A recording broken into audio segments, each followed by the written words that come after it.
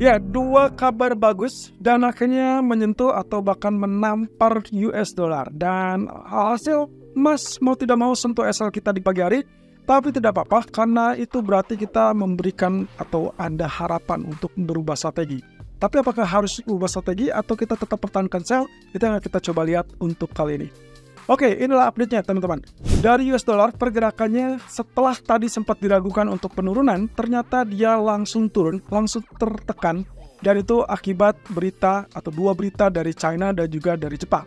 Nah, ini berarti pertanda kita akan kembali dapatkan apa yang kita inginkan yang harusnya sudah kita dapatkan dari sejak minggu lalu.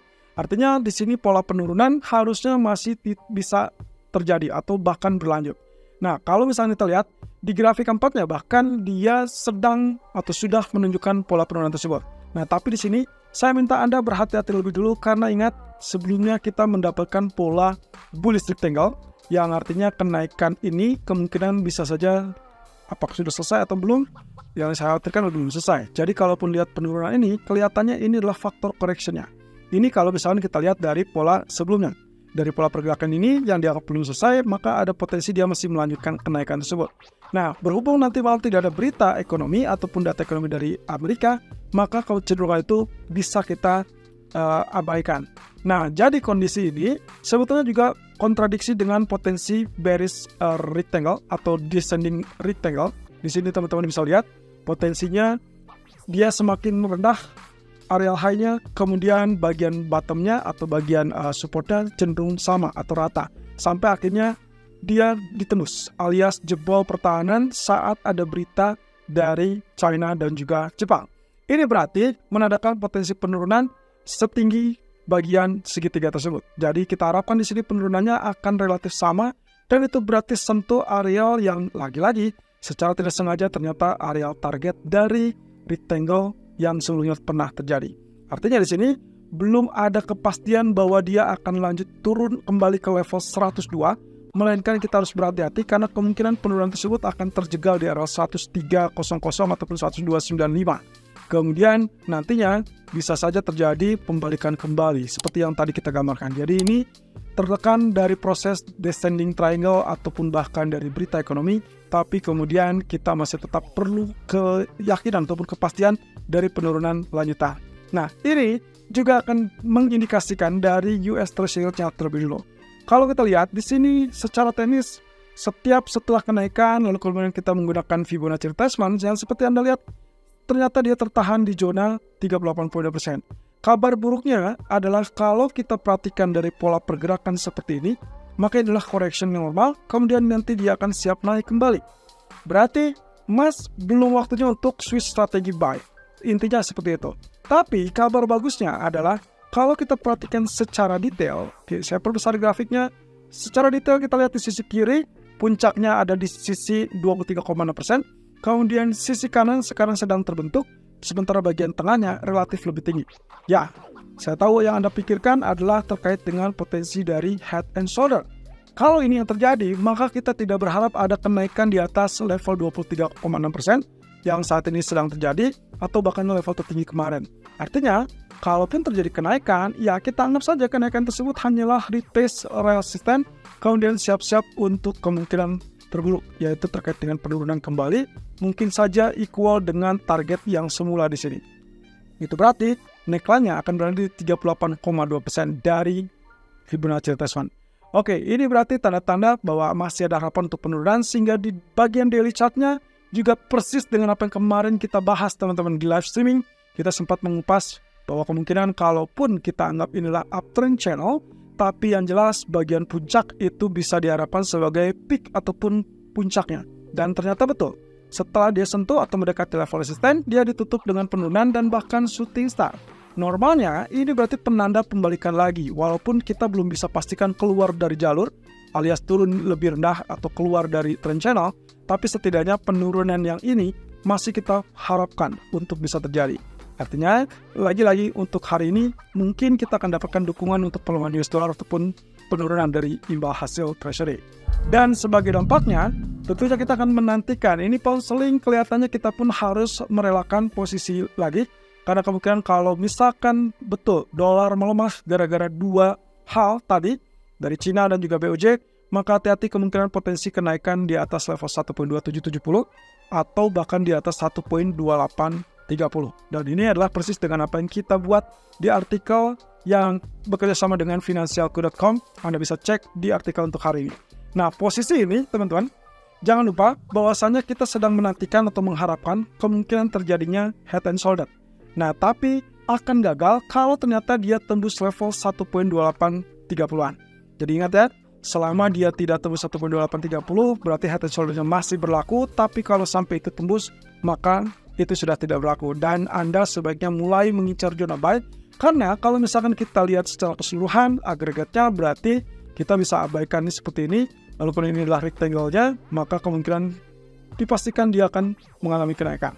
Nah, tapi lagi-lagi kita masih tetap harus potensi at least 1.2770-an menjadi indikasi apakah dia tembus atau tidak. Kalau misalkan ternyata dia gagal untuk melanjutkan atau memanfaatkan pelemahan US dollar tersebut, maka kemungkinan dia terancam balik lagi dan penurunan di bawah 1.2660 akan segera nyusul dengan level support 1.2600 ataupun 1.2600. Di sisi lain, posisi dari grafik H4-nya sebetulnya sejak kemarin dia selalu tertahan dan terbatas di area ini.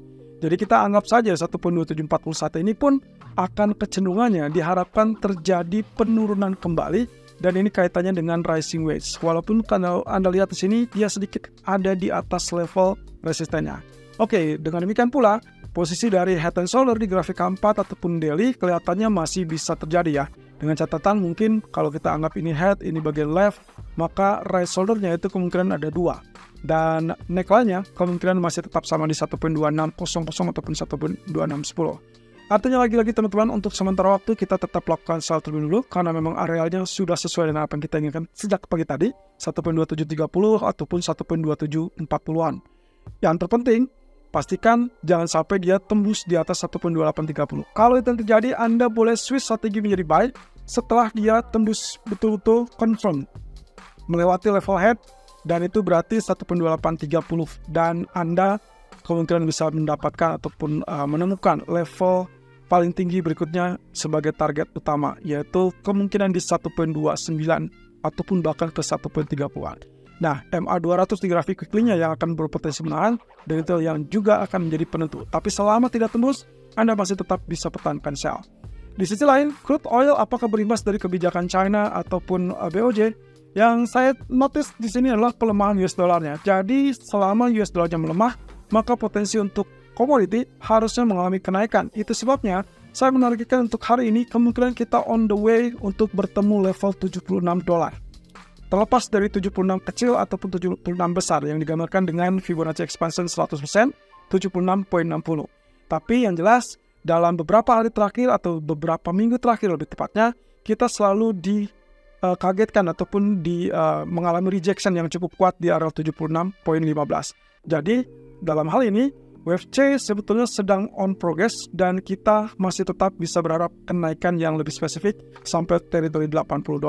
Tapi untuk saat ini, untuk hari ini, saya lebih prefer target 75 ataupun 76, saya rasa sudah cukup. Nah, kemudian, kalau misalkan untuk strategi hariannya, saya masih pertahankan outlook untuk hari ini, jadi buy masih oke, seperti tadi pagi, 74.20 ataupun 74.60, ya, dan sekarang ini masih tetap bertahan, dan kenaikan lebih tinggi di atas $75 atau 75.30 akan membuka kesempatan persis dengan target yang kita inginkan, yaitu level 76.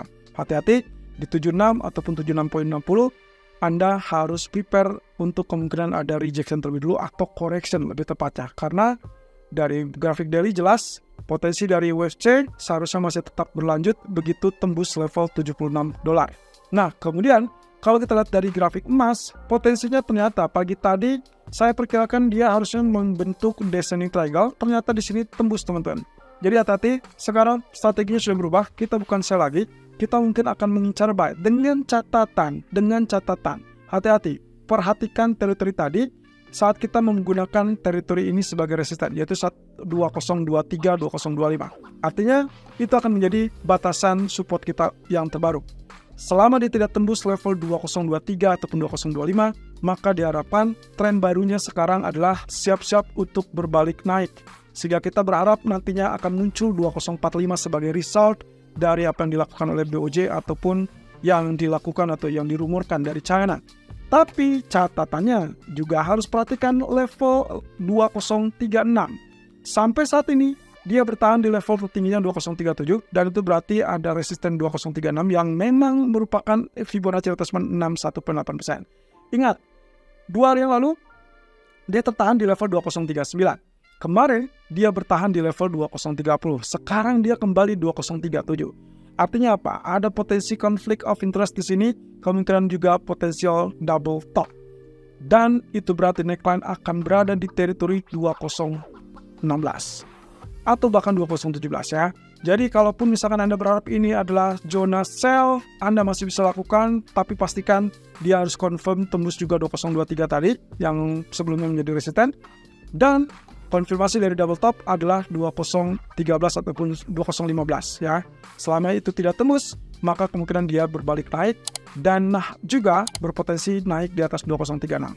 So, prefer untuk switch strategi dari sell menjadi buy kalau tadi syarat-syaratnya adalah 2023 tidak kembali tembus, dan juga Anda bisa gunakan stop loss-nya di bawah level 2020 atau yang paling aman di bawah 2018. Sementara kalau misalkan strategi sell, sebaiknya Anda bisa lakukan di 2035, 2036, tapi stop loss harus di atas 2039. Kenapa? Karena teritori high sebelumnya 2 hari yang lalu adalah 2039.26. Jadi harus memberikan batasan. Kalau saya sendiri cenderung melihat dari apa yang dilakukan oleh BOJ ataupun China dalam hal ini sudah mendukung potensi kenaikan, sehingga kita harus reverse dengan potensial target terdekat adalah 2045. Apakah dia akan terus naik? Tergantung dari kabar berita yang akan diumumkan selanjutnya. Nah, tapi di grafik 4 Anda juga bisa lihat di sini teritori 2048 tetap akan menjadi resisten tangguh yang harus diwaspadai. Sekuat apa dorongan dari China dan juga optimisme dari Jepang itu yang akan mempengaruhi pergerakan selanjutnya dari emas, dan penutupan di atas 2020 akan membuat besok potensi kenaikan lanjutan.